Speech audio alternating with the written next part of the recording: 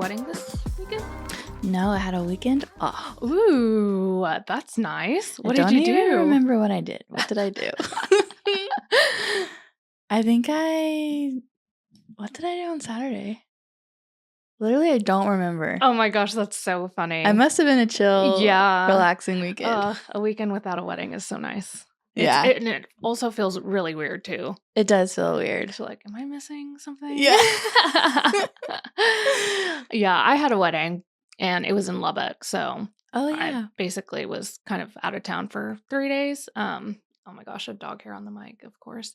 And yeah, it went good. It was fine. Just traveling there is always just not fun Yeah. because I drive and there's just like nothing to look at. It's just very bare.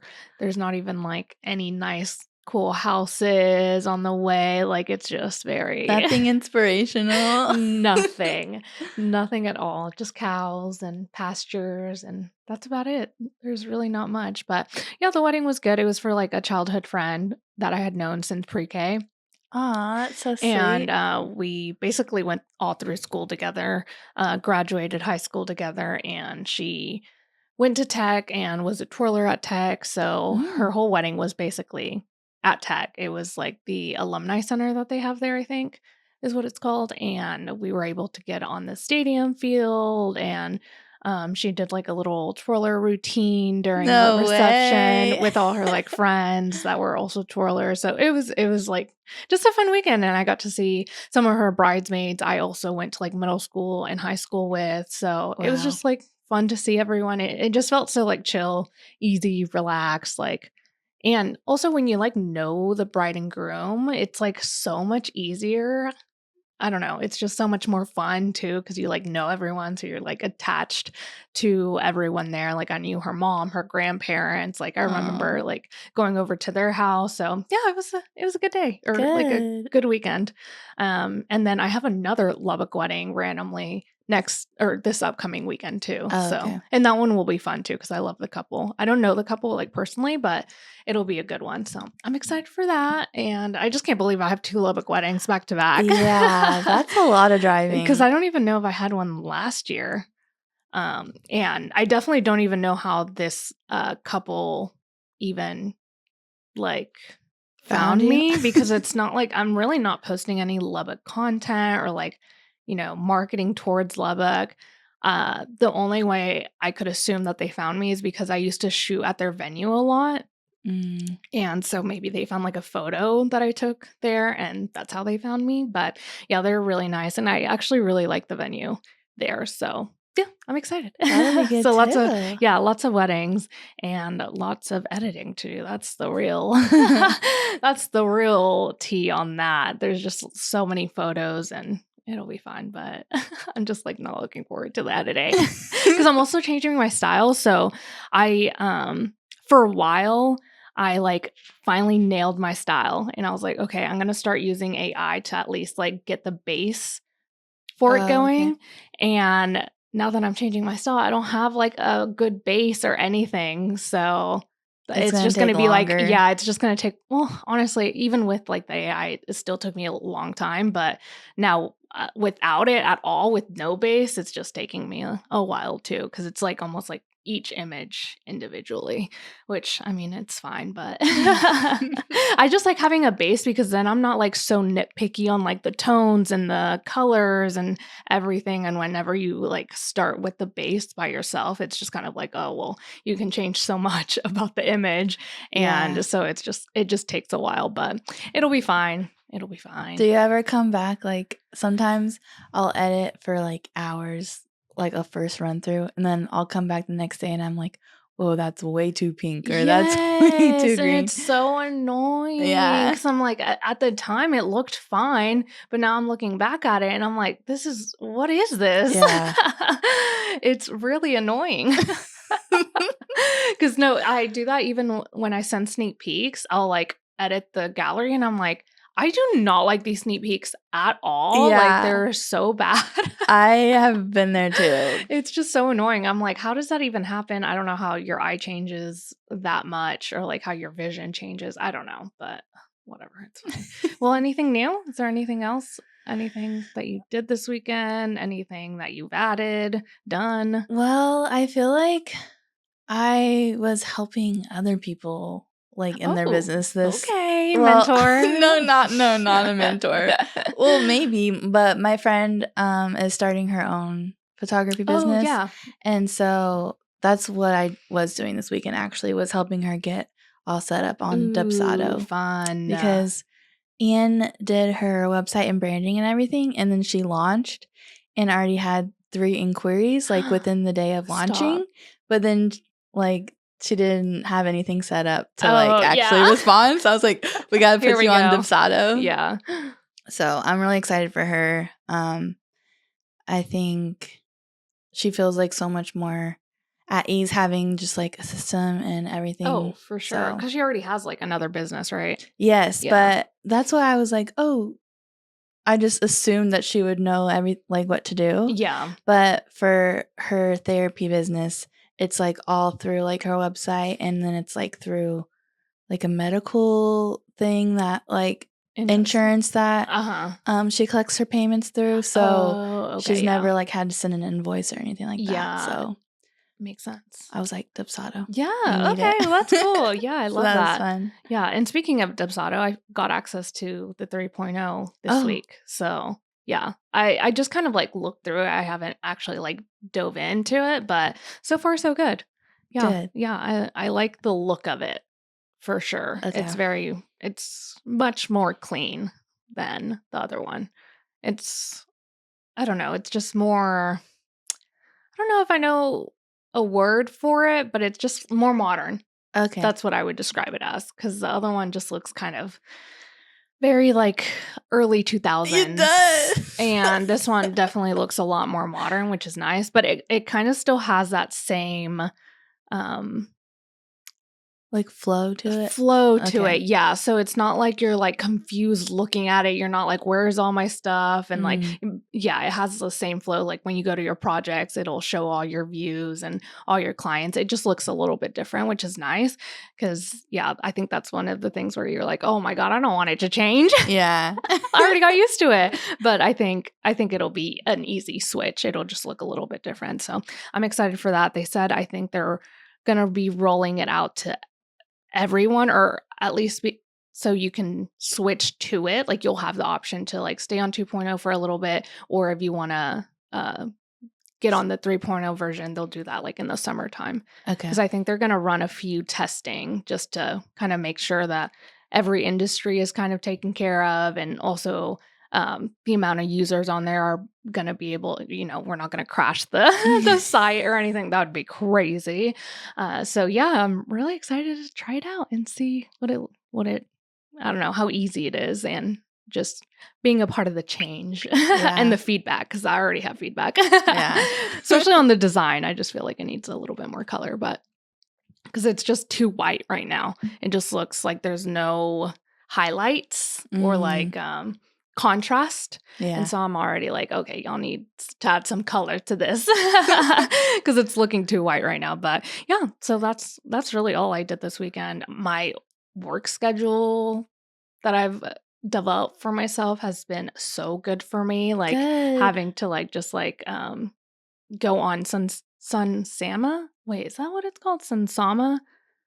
It's the app that I was talking about last week, and it's been so nice because you can like track how long it takes you, and it's nice to just be like, okay, done with that. Next objective. Like, what am I gonna do next? It's just so nice to be able to do that and just get everything that I need to get done.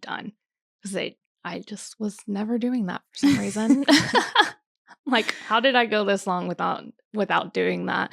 But that's been really, really good for me. So yeah. I really needed a weekly work schedule for sure. I just feel like so much more productive when I have something like that. Because whenever you're just like every day you're just going in and being like, well, what do I do? And then you just find something to do. You don't feel very productive for some reason. Like you'll get a lot done, but you won't really, because it's just like you're just doing random stuff around your business. The priorities. Yeah. Right there. Yeah. Yeah, and so I'm trying to change that up and just kind of like working in projects too. Like what project do I have to work on that's not like editing, more so like, okay, I need to finish my website or I need to do an overhaul on my marketing or whatever. And so yeah, it's been good to just have a good work schedule. Yeah. Yeah. I feel like maybe the reason why I'm so like aloof today, I'm like, what have I even been doing? Yeah. I feel like it's because my wedding is like a month away now. Oh, yeah. And I don't have my next wedding that like I'm photographing isn't until May, the beginning of May. Mhm. So I mean, I think I intentionally blocked off April for a reason. Yes. Because that's when my own wedding is. So it feels weird. I'm like I don't really have a lot to do. But I have a lot of my own wedding planning to do. And so I feel like sometimes I can compare myself to like everyone else who's in a very like busy season. And I'm like, oh wait, I intentionally took time off to do this because it's my own wedding. Yes. So yeah, that's why I've just been kind of like, oh, what am I even doing right now? Yeah, Well, that's kind of how I am in the summers. I feel like I don't book a lot of summer weddings, but I feel like everyone's always so busy during the summer and I just don't. I'm just not that busy in the summer. it's so hard to be busy in the summer when you're like dying of heat stroke in Texas. I know, and like 105 and everyone just wants their outside wedding. I'm I like, know, it's wild to me. we do know it's going to be 105. I know, and that's also a challenge because it's like they don't want to do anything outside, but their whole wedding's outside, and you're like, well, we need to capture some things. Yeah, it's so So it's hard. funny. Yeah, I just don't take on that many summer weddings. I don't either. At all. I like the spring and the fall. Those are my favorite seasons for a reason. Yep. Especially in Texas. It's just like, oh, I cannot do the summer. But again, with the summer, I like not having to like work that much in the summer and like maybe second shooting here and there, but just being able to just have the summer kind of off, I guess, and just being able to do fun summer things. I feel like I always take travel weddings in the summer because I like don't want to be in Texas shooting. But yes, I know, literally anywhere else, please. Just don't take me to Arizona or anywhere that's hotter. Yeah. Take me to, I don't know, the Bahamas or California or New York. Yeah. I'll take those somewhere north. Yeah, for sure. All right, well, is there anything else? I don't really have any other updates. I feel like I haven't really even done that much this past week. I haven't been journaling, guys. I'm sorry. I did fall off of that. Really? I did. But that's because it all has to do with my work schedule or like my scheduling. Like I'm barely getting into the habit of doing that. And so I want my morning routine to have the journaling in there. And so I'm just like trying to get in the habit of the work routine and then trying to work on other things, I don't know, side by side, but just one thing at a time. Yeah. I'm just like, I gotta take things one thing at a time. But I do want to get back into that because I do love journaling. It's just sometimes things fall off and that's okay. Yeah. I've just learned to just accept it. Like it's gonna be okay. Like the world isn't gonna end. Have you tried it at night? I haven't actually. Do you think? Well, because I remember last week you were saying how you wanted to start like a night routine. Yeah. So maybe that could like help you like wind down. Yeah. Instead of being on a screen. Yeah, maybe. Yeah. I've been trying to read now at night too, because I've noticed that it does make me sleepy. And so it'll like kind of like, I don't know. It makes me sleepy too. Be able to go to bed easier. I've been reading, did you ever like The Hunger Games? Yes, but I didn't read the books. I just watched the movies. Okay. I think I might have read like the first one and then I just watched the movies after that. I was one of those kids that like would go to like the midnight premiere and like wait in line. This was before they had like assigned seating, so you had to get there like an hour or two early just to get like a good seat in the theater, which is so crazy. I can't believe that was actually a thing. I'm surprised they didn't have assigned seating the whole time, but it was like when they would have midnight premieres, I would go to like every Hunger Games premiere, and they just released the prequel with Haymitch, if you know that character. Oh, okay. His story of how he was at the Quarter Quill Hunger Games, where they send 4 people from each district and not just 2. Oh. Yeah, it's crazy. So that's what you're reading now? Yeah. Okay. Yeah, it just came out, so I'm really excited. I was like, my stand card is renewed. I loved The Hunger Games, and it's so good. And it's also different because whenever I was watching like the movies or even like reading the books when I was younger, I think they came out when I was in high school. And you would think I would understand like the nuance of like what's actually happening, but I don't think I actually did. And so now reading it, I'm like, oh. Yeah. Yeah. It's like, oh, that's actually, I feel like that's happening now. Yeah. It's like crazy. The social commentary of it all. You're Yes. like, oh, did not clock that. Yeah, exactly. when I And was 13. maybe in high school I kind of knew it, but it wasn't like something that I like thought about. You know, Yeah. we're in high school. It's we're not political activists. But now I'm like, oh, okay, this all feels way too real.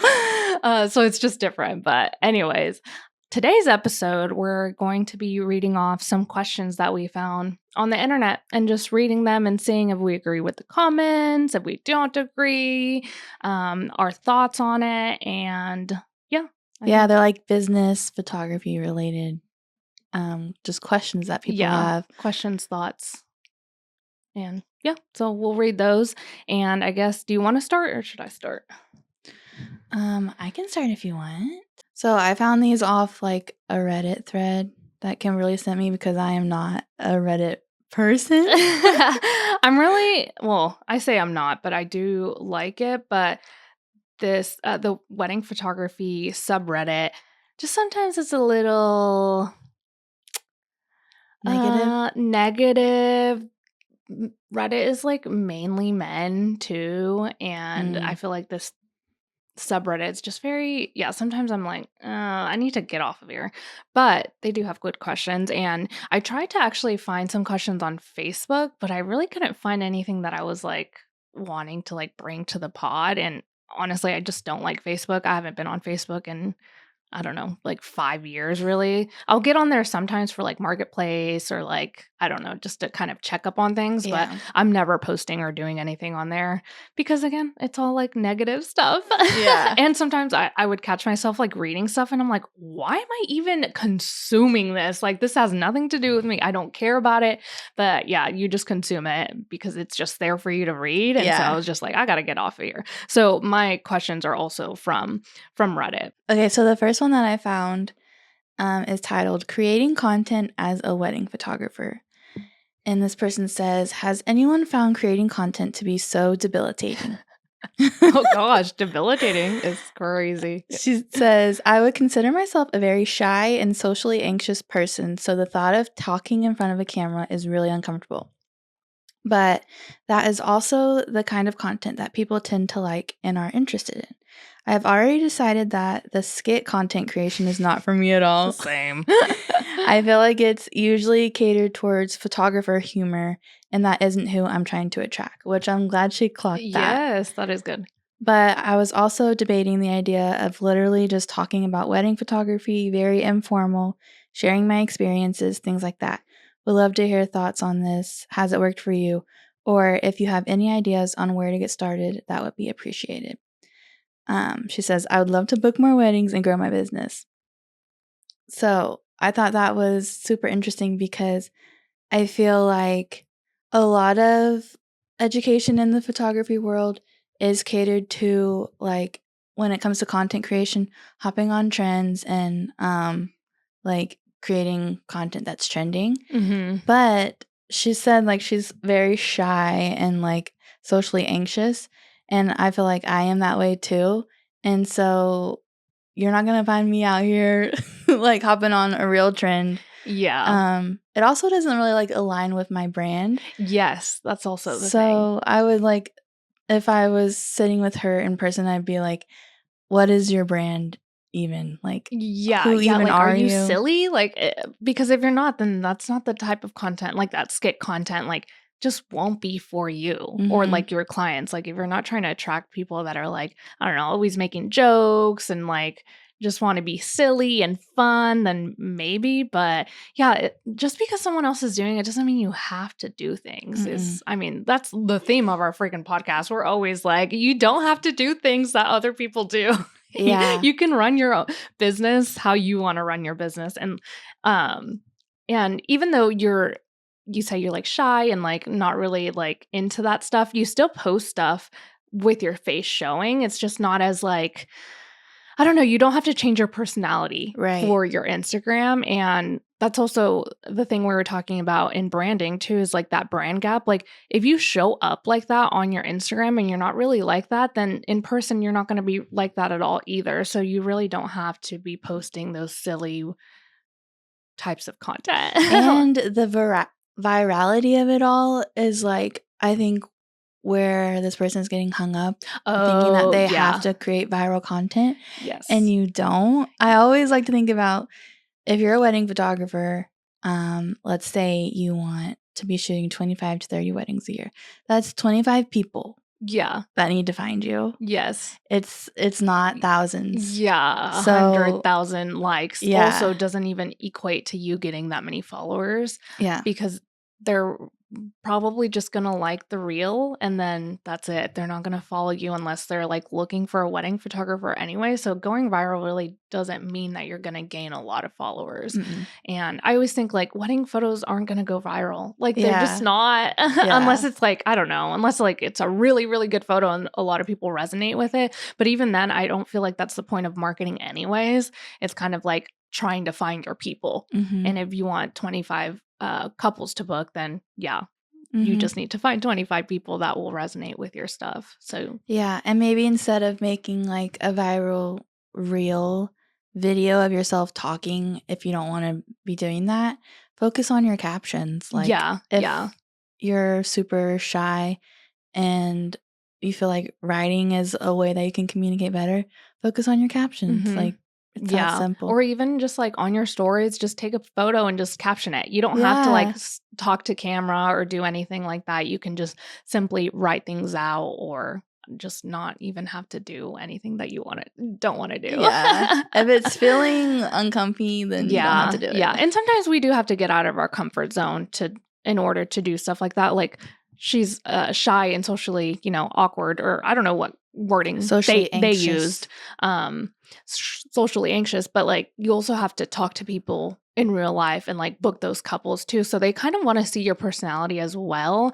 But again, like you can do that through writing. You don't have to talk to camera or just show your face a little bit. It doesn't have to be, again, talking to camera. It could just be like a selfie or something, or, walking through your day, just kind of just doing simple things. It really doesn't have to be that just showing hard. Your own personality and not trying to conform to what everyone else is doing. Because your people will find you. They will. So, well, that was a good question. I like that.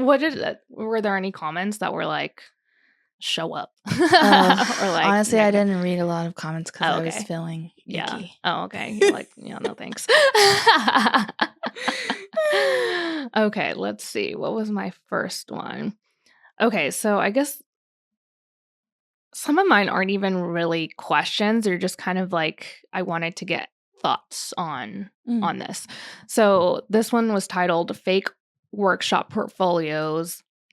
And it had what is this called? Like the greater than sign? Oh, yes, the greater than sign. Real wedding portfolios, ?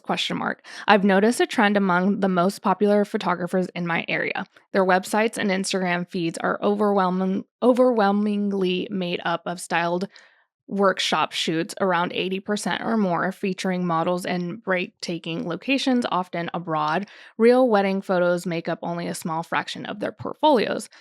Their work tends to showcase only slim brides and attractive grooms in dramatic settings where an actual wedding is unlikely to happen, or they selectively feature only the most high-end venues they've worked at if showing real weddings. In contrast, my portfolio is entirely real weddings. I make a conscious effort to represent diversity, different body types, ages, cultures, and races, capturing both grand venues and intimate, unique locations. So the question is, am I missing out on potential clients by showing authentic, less glamorous couples in real wedding settings?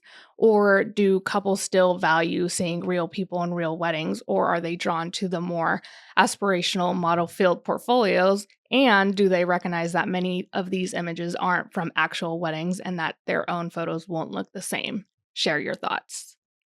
I have lots of thoughts.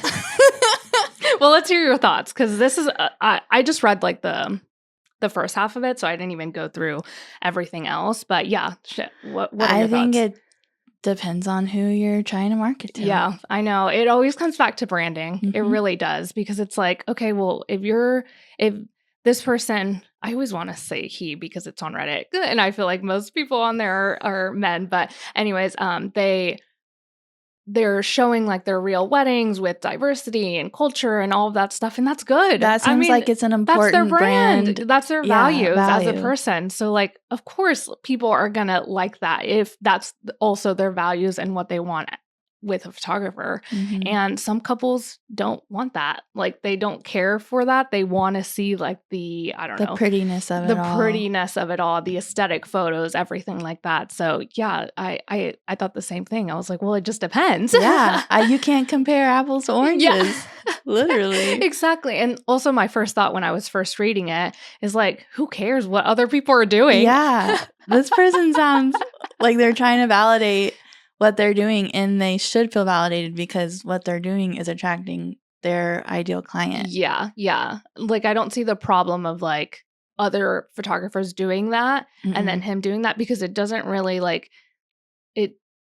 The people that are booking the other photographers with these workshops or styled shoots or whatever will maybe realize that, oh, maybe I shouldn't have booked this photographer because it's not really what I wanted, or my wedding didn't turn out as like beautiful as the styled shoots that they were showing, but that's their problem. Like, what he has like, nothing to do with I feel like with the that person at all. Who is marketing all these styled shoots is looking for a couple who it's like really important to them to be featured in all these editorials. Yeah. So and that too. So it could be so many different things. Like, there's like beginner photographers that are trying to get into that market, and maybe they are being a little untruthful of what their actual weddings look like. But that doesn't, who cares? Like, that has nothing to do with them, if that makes sense. So it's like, if someone was doing that, I'd be like, okay, whatever, let them. Like, let them. I keep using that now.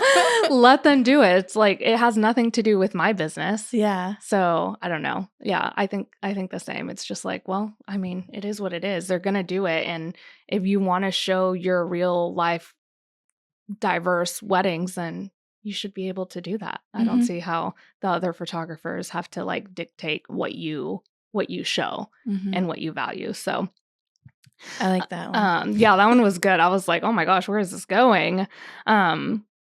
So the first comment on here is tip for couples: always look at the IG backend, the pictures that that the person is tagged in. It's a good tell. Planners do this too. We had a couple hire a month of. When I found out, I looked her up naturally and found that she had no experience. She was admin who got married and decided she wanted to be a planner. She used a lot of her own wedding details and design that her planner and florist created, as well as some stock photos, and the couple fell for it. I can't blame them.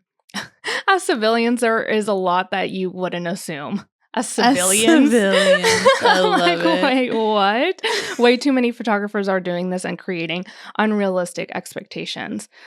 See, like, this is what irks me about Reddit. Yeah, I know. These people who are commenting are never going to be my ideal client. Yeah, I know. And so it's like, or someone that I would hang out with, or like a person that I would want to follow. Or so anything. Let them have their own opinions. Yeah.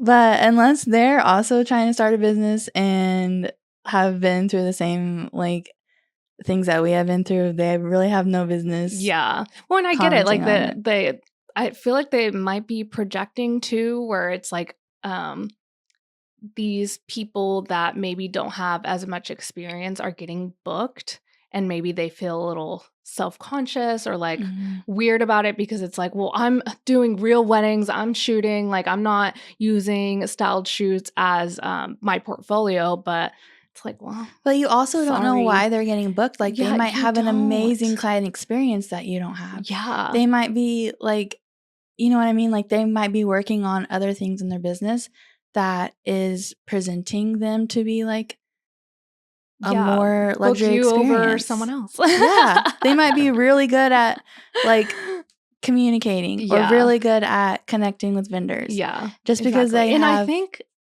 people aren't that dumb. Like, Yeah, clients it's not a aren't that dumb. scam. People aren't scamming here. Yeah, If it was exactly. a I mean, scam- there's probably some people, but it's like, that's very slim. Yeah, Very, very slim. If there is a scam, then everyone knows it because it blows up. Scams never hopefully are never successful. get You know what I mean? too far. Yeah. But yeah, it's almost like a projection of I can't book, but these people can, but they see them as like fraudulent because they're maybe doing more styled shoots or whatever. But it also to me is like, who cares what other people are doing? Yeah. Like, it's not your business. Who cares? Also, I feel like someone who goes to like a workshop or a content day and gets all this portfolio work, they invest a lot of money into doing that. So you're either paying with your dollar or you're paying for your time and experience. Yeah. So it's like they're both valuable. Yeah. And you can't really compare them. It's just like, which one are you willing to invest in? Yeah. And I guess, people have their opinions on here. That's for sure.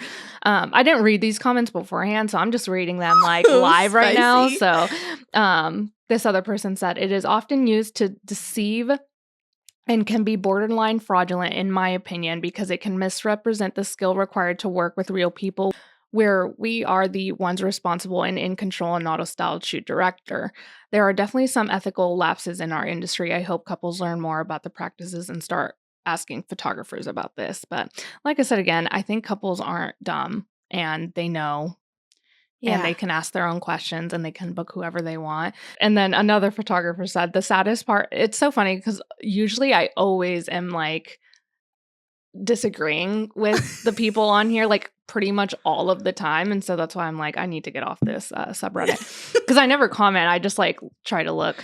The saddest part of it is couples fall for this stuff all the time. I did a wedding a couple years ago where the bride's sister had gotten married and flew in a photographer from California who shoots weddings all over the world. They ended up being less than thrilled with their photographer, and so the sister hired me for her wedding. When I checked out the other photographer's Instagram, it was filled with styled weddings from Italy, Greece, London. The saddest part was you could tell a distinct difference between the styled shoots and the regular weddings that were featured.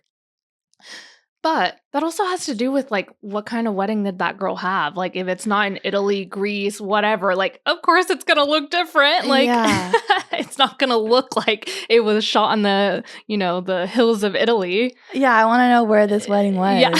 Yeah, exactly. You left out that critical piece of information. No, it's so true. The couple still took the bait and spent almost $10,000 flying that photographer. Took the bait. Yeah, literally, it's so crazy. I think that photographer who took over that wedding is projecting by saying all that stuff because they're saying like, and they're putting themselves on a pedestal too. They are, and they're assuming they know why that client didn't like her photos. Well, and also, how do you know if it's a styled shoot? Like sometimes you can't even tell. Yeah. So I don't know. I just feel like, Also, they were saying about the skill level, like, you have to have skill to take a photo. So yeah, they have skill if they're posting this like portfolio work. Yeah. What else did they say that you can't? You basically, what did it say? Something about like how styled shoots are very controlled, but like I feel like at my weddings I'm pretty controlled. Like I can style them as if it were a styled shoot. So yeah, I don't. Again, it's assuming you know that person's skill level. Yeah, like on a wedding day, which you don't. Yeah, I feel like I treat most of my weddings like styled shoots sometimes. So I don't know. I don't really think that has anything to do with. I think they're trying to say that just because it's a pretty photo, you don't know what that photographer is like on the wedding day. Yeah. So, but they're assuming that they don't have wedding day experience. Just because someone's not showing all of their weddings doesn't mean they don't have that experience. Yeah. So again, it's just a big assumption game. Yeah. And I think the reason why people are assuming is because they are insecure or they're projecting their insecurities onto someone else. Yeah. It's That's I'm tough. just like, let people do what they want to do. I know, it's crazy. And I feel like these types of judgments if you're like just starting out and you're like reading stuff like this, you're like, well, how am I ever gonna become a wedding It's photographer? so Like, how am I discouraging. ever gonna, get all the experience if I don't have style shoots? How am I gonna get couples if I don't have these style shoots? But then these people are saying style shoots aren't like real weddings. So then how am I supposed to book a real wedding? And Yeah, so I it's say just like, put your blinders on, do what you need to do. and that's what I Don't get on always Reddit. said. No, definitely, please. Like, those are probably the worst. And like Facebook groups, just try to find like a little community, even if it's like us. You can talk to us at any point. But just like finding like smaller communities, even like within like your local community, and just sticking to that, because yeah, sometimes these like Facebook groups and like Reddit threads are just like not the place to be looking for that kind of information. And it seems very what's the word? These threads are like they're never positive. They're Like, I like feel like they scarcity never, mindset. I feel like they're never positive or anything like that. So it's just like, that's why I always say, I'm like, I'm always the one that disagrees. I never comment, but I'm always just like, oh my God, these people. Well, I think as humans, we all want to like get together and like vent to each other. Yeah, I guess that's true. So that's why like these exist, but that's why we're here too. Yeah. To talk about it and to disagree. Yeah. Because we're so like far out from that, and we're just like, I don't know. If Miranda was doing something that I was like, oh my gosh, I'm never gonna do that, I'm not gonna do it. Yeah. Like, I'm just not gonna do that. So I just don't see how people look at other people. I mean, it's okay if you look at them as competition. Like, I would see Miranda as competition. I would see my friend Kirsten as competition. But it's just like, just because they're doing one thing doesn't mean I'm gonna start doing it or not gonna do it because of them. So I don't know. It's just wild how these people think. But anyways, next question. Okay, I'm next question. I'm over this one. I got a little heated over I that know. one. Okay. Because it's crazy. Leave them alone. Just be your own person. Okay, this question says, okay. why do people inquire and then ghost you? Next. No, just kidding. This year has been the biggest year of couples inquiring on my website and then ghosting. I send multiple follow-up emails and text messages. Nothing. Jeez. For reference, my pricing is on my website. I have it on the homepage, on my services page, and on the contract page. It blows my mind. Well, have we ever thought that maybe they already have all the information? Why do we need to follow up? Well, people are just going to do it. I think since they're getting a lot of inquiries, which is good. That means your website's working. There's a broken link somewhere between the inquiry process to actually them booking. And that could be like a broken link in so many different parts of your process. So really, like, you have to look at your whole process and say, like, where's my weakest link? Yeah. And I can start working. Like, it could be the email, it could be the inquiry form, it could be that they literally have all the information and they're like, okay, well, we don't have any questions. Maybe we'll get back to you, and maybe not. Like, and they're also talking to so many people probably at the same time, where it kind of probably overwhelms them. And if they're anything like me, I get overwhelmed and I just won't respond. Yeah. Because I feel bad, because I'm like, oh, well, it's been a week. Like, they probably got the hint.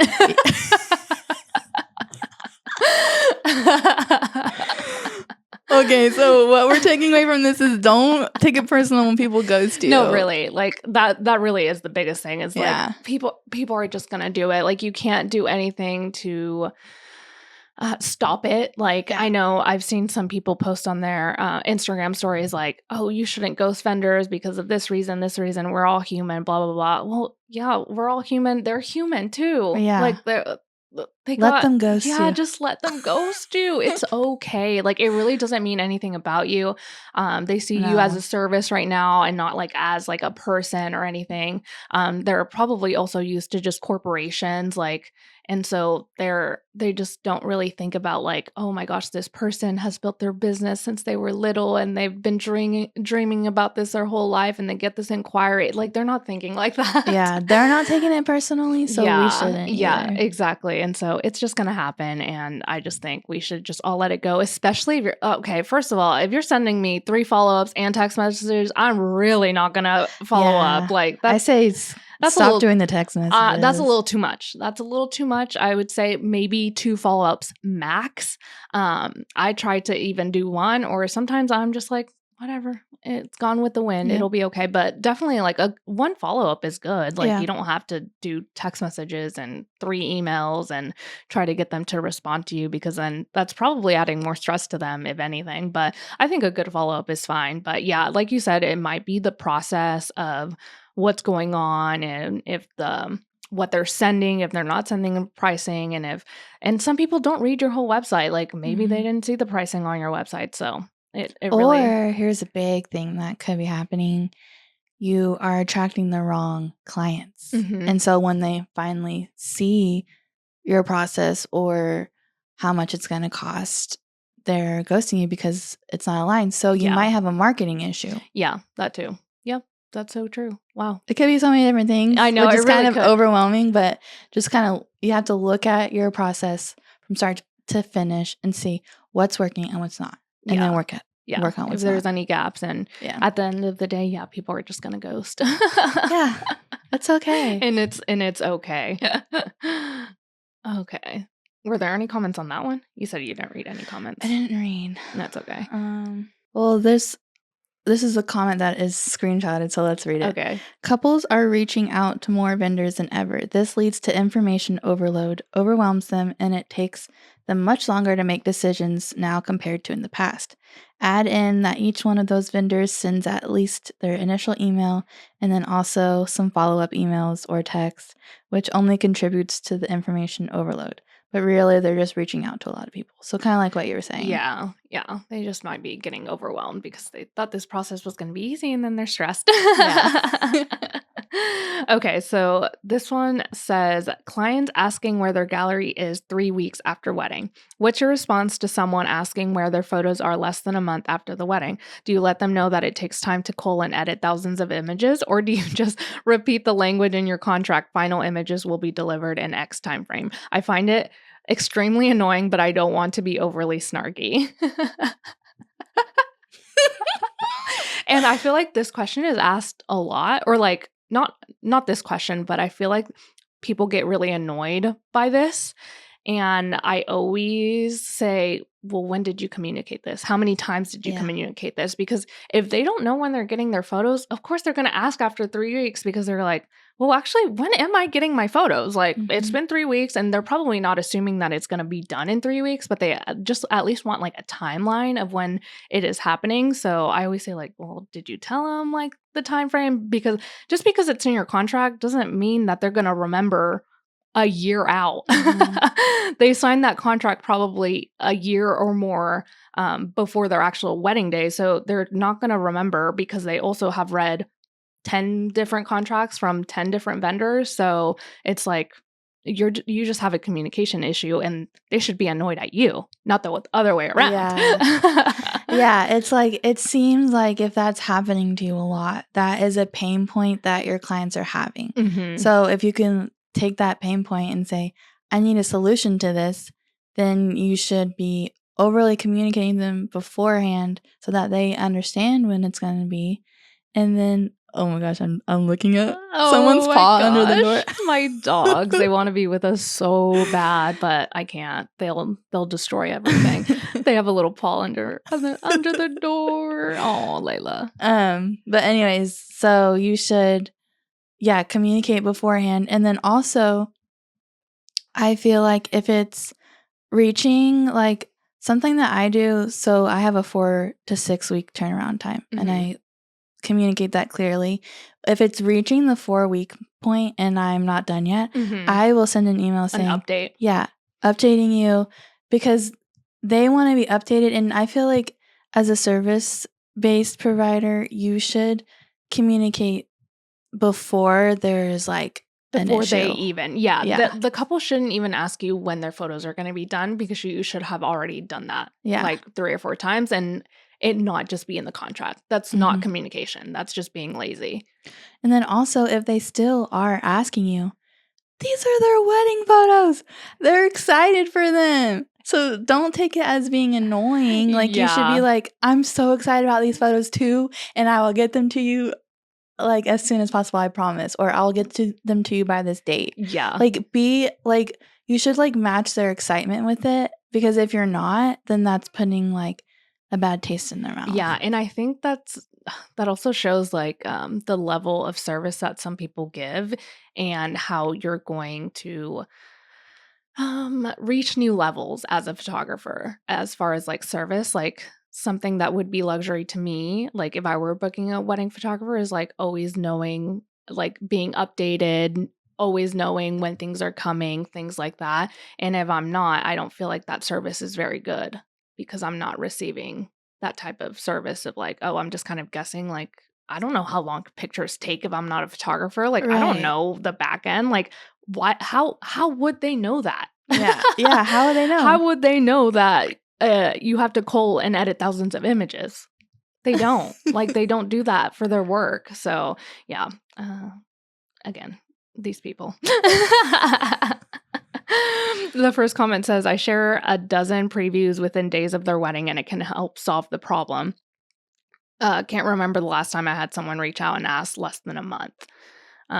And then the original poster said, I do this too. I share a preview gallery 2 days after their wedding of like 50 images. They're still asking for their full gallery now. It's only been 3 weeks.